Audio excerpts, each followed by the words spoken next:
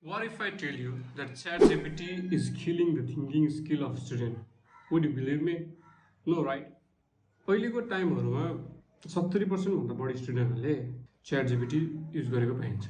आफ्नो होमवर्कहरू गर्दाखेरि होस्, असाइनमेन्टहरू गर्दाखेरि होस्, रिपोर्टहरू तयार पार्दाखेरि होस्, दे आर युजिङ ChatGPT। किन? Like obviously it makes the homework easy, assignment properly, but के यो प्रयोग गर्न उचित छ?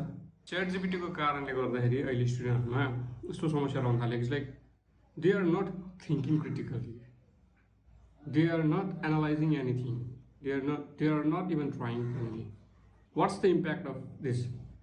If you do your homework by using ChatGPT, do you even know what have you done? No, right? But if you use your brain instead, you get your homework, you get it done all by yourself, you get what you have done. So in my suggestion, stop using ChatGPT, use your brain instead.